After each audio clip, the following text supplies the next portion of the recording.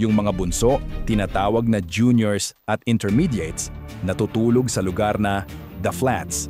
Pinakamababa sa camp, wala pang 500 talampakan mula sa ilog. Yung mga mas matatanda, natulog sa Senior Hill, mas mataas na lugar. Ang akala nila, normal lang. Pero yun pala ang magiging pagitan ng buhay at kamatayan. Walang sirena. Ang unang gumising sa kanila, kulog na parang sasabog ang langit, kidlat na parang umaga ang dilim, at pagkatapos, mas nakakatakot pa. Nararamdaman na nila nababasa na ang sahig ng kubo. Kwento ni Counselor Lainey Owens, parang ginigising kami ng Diyos kasi nagkakaroon na ng tubig sa sahig.